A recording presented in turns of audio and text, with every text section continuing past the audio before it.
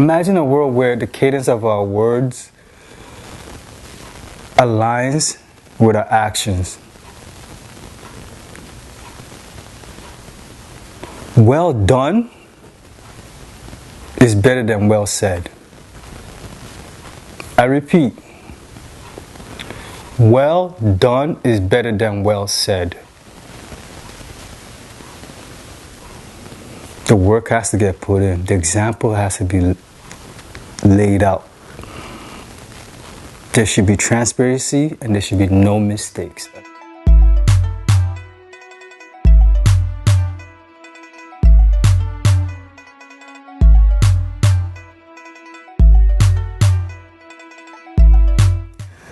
Hello everyone, welcome to another episode of Don't Quote Me on 27th Letter Podcast. My name is Lanray Onigbinde Bay. Thank you for joining me. Today, we're talking about habits. You know what I mean? It's been said, do as I say, not as I do, which is a bag of, you know what I mean? BS. You know, adults have this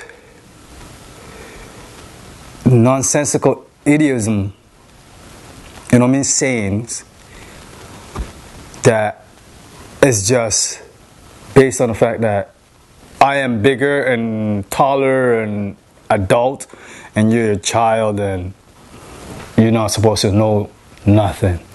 So what I say goes.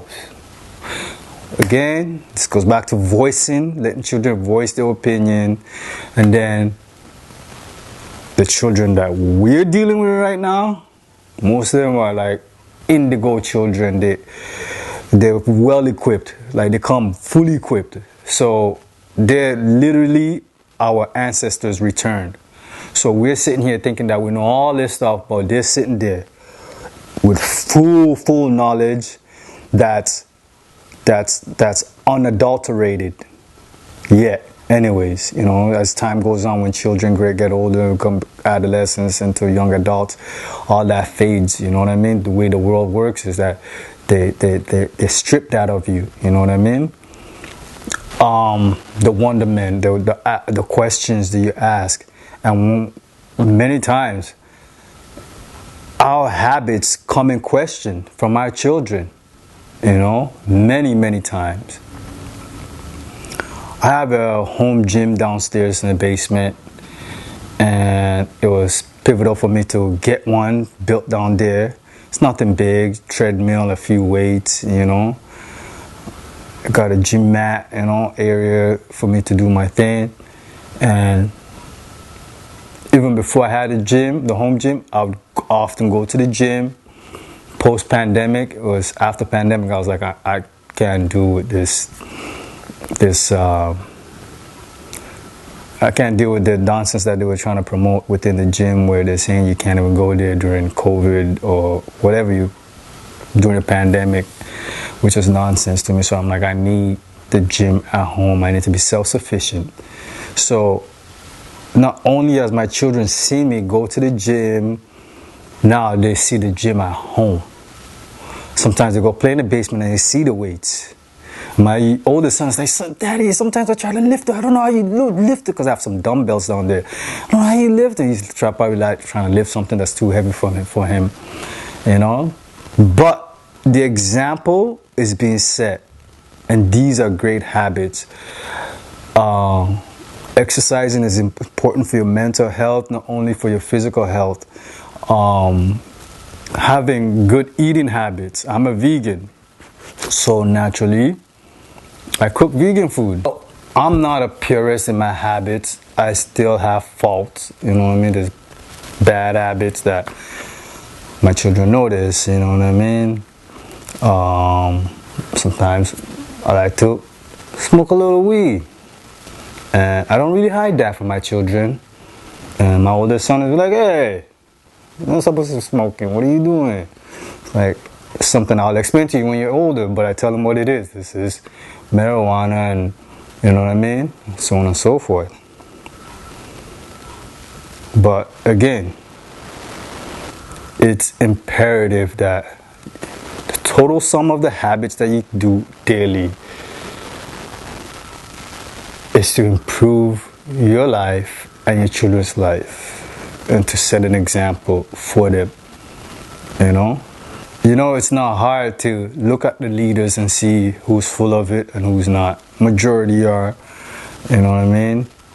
The ones that are not full of it embody. When I say embody, they embody what they preach. So there's no deviating, there's no guessing. These people, these leaders embody what they preach. It's been said, practice what you preach. It's that simple. Talk about it, be about it. It's that simple. Little eyes are forever watching us. Even if you don't have your own children per se, little eyes are forever watching us. So it's important that we lead by example. It is a cop-out when leaders talk about, or parents or caregivers talk about, do as I say, not as I do, which is a cop-out. It's a total cop-out. Not to get political, but a man lived years ago who passed away, and he once said, and when I heard this, it stuck with me, struck a chord with me. Be the change you want to see in the world. I really don't know how simpler it gets. You want to see people more caring. You want to see people more loving. You want to see people more considerate. You want to see people more thoughtful, selfless. These are traits that you yourself got to embody. You, again, need to stop talking all that crap and walk your talk. You know what I'm talking about. Imagine a world where the cadence of our words aligns with our actions.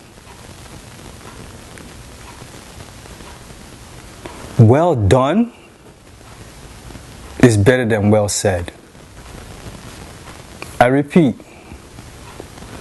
well done is better than well said. The work has to get put in. The example has to be laid out. There should be transparency and there should be no mistakes at all in what you stand for, what you live for. I, for one, take pride in my habits. I, for one, take pride in the man I've become. Not because I got a private jet and millions in the bank or gold billions or whatnot. Because, simply put, I'm a man of integrity.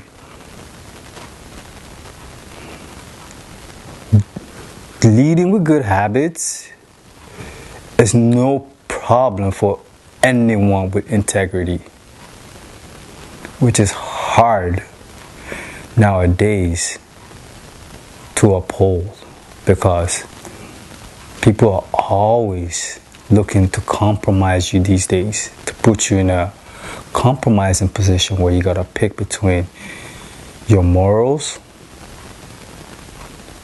and the world. But again, it's been said, remember those idioms, those sayings, you can live in the world, but you don't have to live as the world. Not one bit, no way, no how. Observe the world for what it is and move accordingly. Again, be the change you want to see in the world. I cannot tell you. I cannot tell you how much that is important and imperative when you're a leader, to be the change you want to see in the world, to embody everything you preach, to walk the talk. I work sports a little. I don't overindulge. I see it for what it is. It's entertainment. Like 4 years ago, I'm in the city of Toronto. The basketball team, Toronto Raptors, got a player by the name Kawhi Leonard. Kawhi only had 1 year left on his contract, and we just happened to get him. And it was clear that this was just going to be a 1 year deal. And in the time that this man was here, in that 1 year, we all know they ended up winning the championship. But leading up to the championship is how Kawhi, I personally feel, set the tone for what's to come. During an interview after practice one day, he was talking about how really and truly the regular season is just practice for him. There's an 82 game season in the NBA, in the National Basketball Association.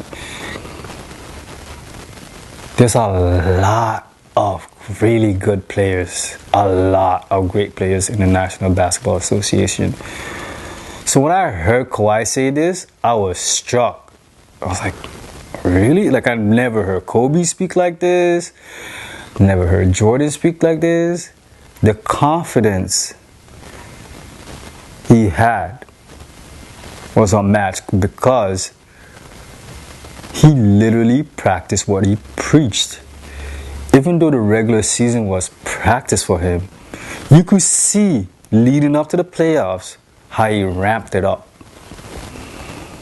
As soon as the playoffs started, you already know the rest was history. Raptors won their championship. His presence, his confidence, his leadership that he embodied, because that's what he did. Like, this man embodies, like, getting it done. He's result orientated. Like, there's no, like, that's why he said, 82 games, that's practice for me. That's nothing. Everybody gets to play 82 games in the league, as long as you're not injured. But only a select few get to move on to the playoffs, first round, second round, third round, in the finals. I think that's how it goes: first, second, third, finals. I don't know. You guys correct me in the comments. But he did it. He embodied it and changed the whole approach that season. Like, everybody believed that the Raptors were going to win. At least get to the championship round. Especially after he hit that shot against Philly. Made Joel Embiid turn into a meme. Salute to Joel Embiid. He's doing his thing this year. Him and Tyrese Maxey. But yeah, at the end of the day, habits are important. It's been said, example is not the main thing in leading others. It's the only thing. You hear me? Leading by example is the only thing that matters. Forget what you said. Show me. Show me. This is how I learn. I'm a hands-on learner. You gotta show me. Don't just think you can just bubble your gums and I'm just gonna believe you. You got to show me. Facts. Example is not the main thing in influencing others. It's the only thing. The only thing that matters. You gotta lead by example when it comes to influencing others. If simple words can move you to do stuff without example being set, chances are you could easily get misled.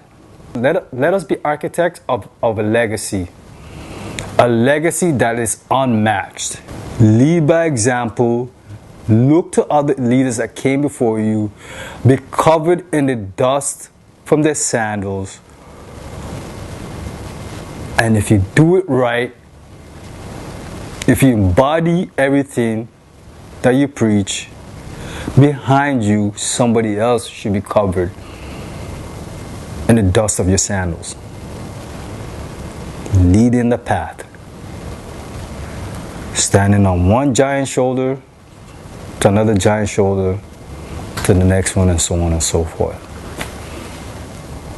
It's a chain of command.